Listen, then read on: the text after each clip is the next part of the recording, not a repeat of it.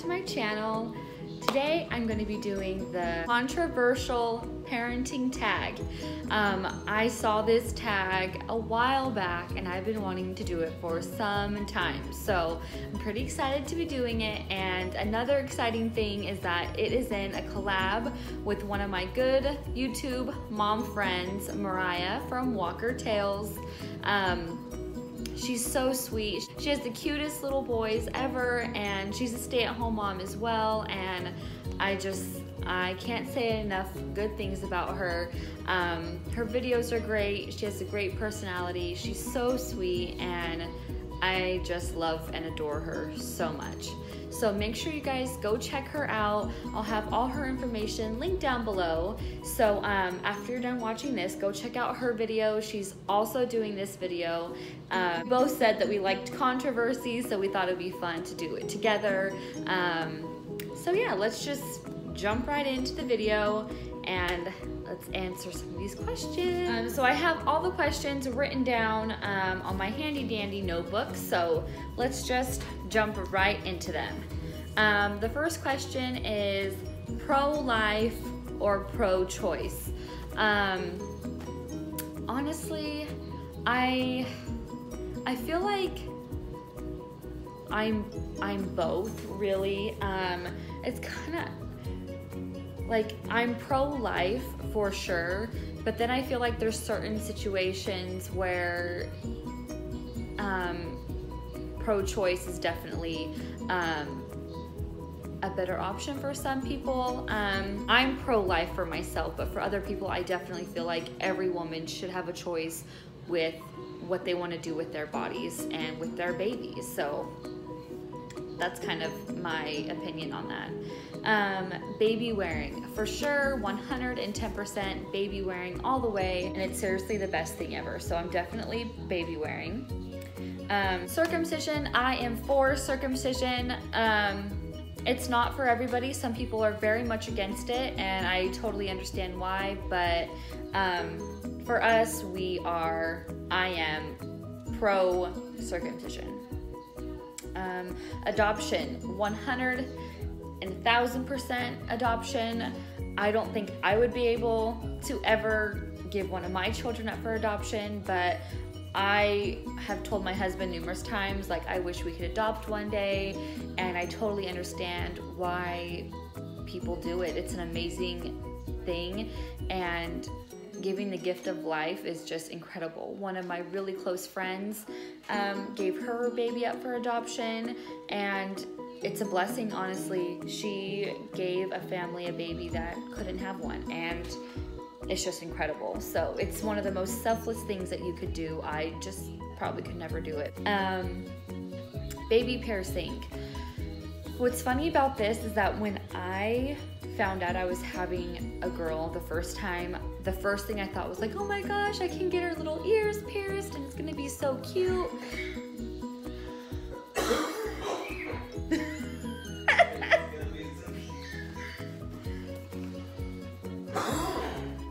I love my husband. So when I first had my daughter, the first thing that I thought was like, oh my gosh, I can get her ears pierced, so exciting. Like, I was so stoked. And then once I had her and it came around the time to pierce her ears, I could not do it. I was like, no way, I'm not gonna do this to her. Like, I don't wanna hurt her.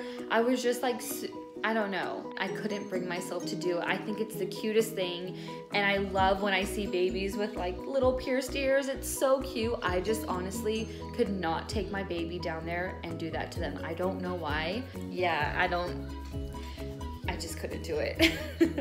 But it is so cute, and I wish I could, but I just can't. Breast milk or formula? My opinion on that is fed is best. So as long as they're fed, doesn't matter to me. Breast milk is great, formula is just as great, so just feed your baby. Don't worry about what it is, just one or the other. Cry it out method. Not for me. It's not something that I could do. I'm not I personally cannot sit there and listen to my baby cry. Like, it drives me insane. So definitely not for me. A lot of people do it and it works great. I just could never do it myself. Spanking. I'm kind of like in between. I don't really spank my kids. I did with my oldest. I would spank him, like, as he got a little bit older, I would. And honestly, it didn't do anything. It didn't do anything but get me more upset and get him more upset. It never like fixed anything. If anything, it just made them scared. I'm like in between. I will sometimes, but I'm not like huge on spanking all the time. So yeah. Next question is co-sleeping. I am 110% for co-sleeping. I've co-slept all of my children for many years. I think each of them I co-slept Daniel until he was 4, and that was because Carter came. So then Carter came, and I co-slept him until Macy came, which was age 4. So then they both co-slept until age 4, basically until another kid arrived. And then Macy came, and she's actually still in bed with us. And when Emma was born, I did not want 2 in my bed. And I figured at the time of Emma being born, it was easier to put Emma in a bassinet than to push Macy into like a bed or a crib or something, because she was so used to sleeping with us. The last thing I wanted to do was have a baby come home and then move her into her own bed and the baby into our bed, you know? So I didn't want her to have any sort of like jealousy or get upset by it. And then just one more thing that we had to worry about was like sleep training her in her own bed. So I just thought, Emma doesn't know any different, so might as well just put her in her own bed. So that's one less baby that I have to co-sleep. So that's the situation now, but I love co-sleeping. It is the best thing ever. Public, private, or homeschooling. I'm all about public, but whatever you want to do. I wish I could homeschool my kids. I wish I had the patience for it, but unfortunately I do not at all have the patience for it. So I am 100% great with public school. And private, that's good too, but I just don't want to pay for it. So that's that. Pretty much. This one is medicating. So I think it's for like ADHD and other like issues like that. Other I don't know, what do you call them? Honestly, I'm not for medicating them. I haven't had to deal with it personally, but I know a lot of friends and like other people whose children do have ADHD or ADD or whatever it may be, and I know that the medication can change them a lot. So honestly, I would just have to see. I don't know. It's hard I don't know what I would do in that situation. I personally, when I think of it, I don't think I would be able to medicate, because I know how much it changes them as a child, and I know a lot of people who medicated and then took them off the medicine as soon as they saw how much their child changed. So I don't think that I would personally be able to do it unless it was like a very severe situation where they needed medicine right away to control them or whatever. But I mean, they're a little distracted and it's just, they're a little hyper or whatever it is. If it's not that big of a deal, like you don't need to give them medicine. Like back in the day, they didn't have medicine for that, and the child was just known as like a hyper child or whatever. But nowadays, the doctors just want to diagnose your child as this and label them, you know, when, you know, years and years and years ago, they didn't have that stuff, and they all survived and they were fine. So I don't see the need for it now. So that's my opinion. Cloth diapers or disposable? Disposable, 100%. I have a friend, my best friend, she cloth diapers I don't know why. I don't know why she does it. I don't understand it. She tries to get me to do it. She begs me to do it. And she couldn't pay me to cloth diaper. Yeah, the diapers may be cute, but no. Maybe with one kid, I'd be able to do it. Like if it was just my first kid and I had a lot of time on my hands and like hardly any laundry, but I could not imagine adding any more laundry or like that's just one more thing I have to worry about. And I'm not about that life. I'm all about simplicity, you know?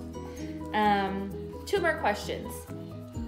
Store-bought baby food or homemade baby food? And I would definitely do store-bought. Like, not even gonna lie right now. Kudos to all the mamas that hand make their baby food, blend it up and do all that. That is great, but that is not for me. I like it just out of a jar, ready to go.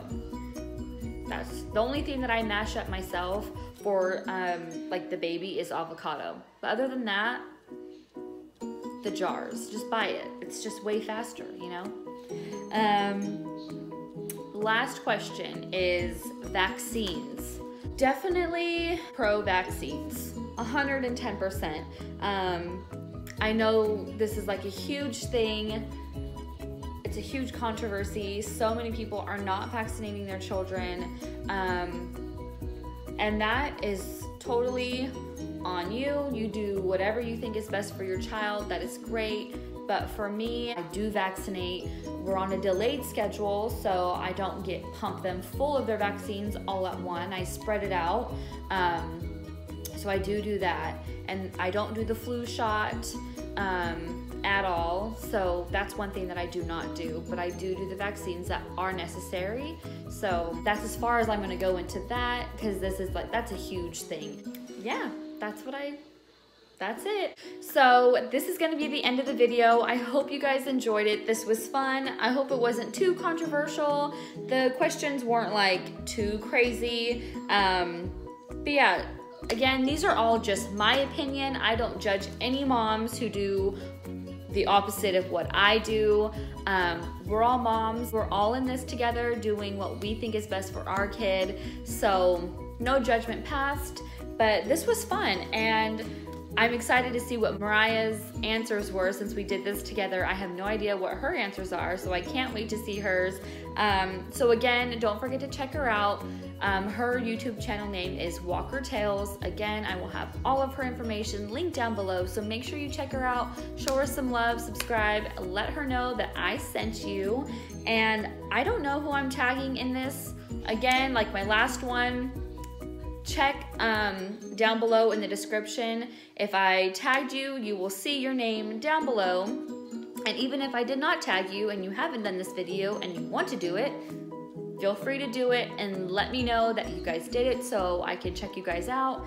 And yeah, again, hope you guys enjoyed. And as always, if you're not subscribed, please do join the Alley fam. We would love to have you, and we'll see you in the next video. Bye!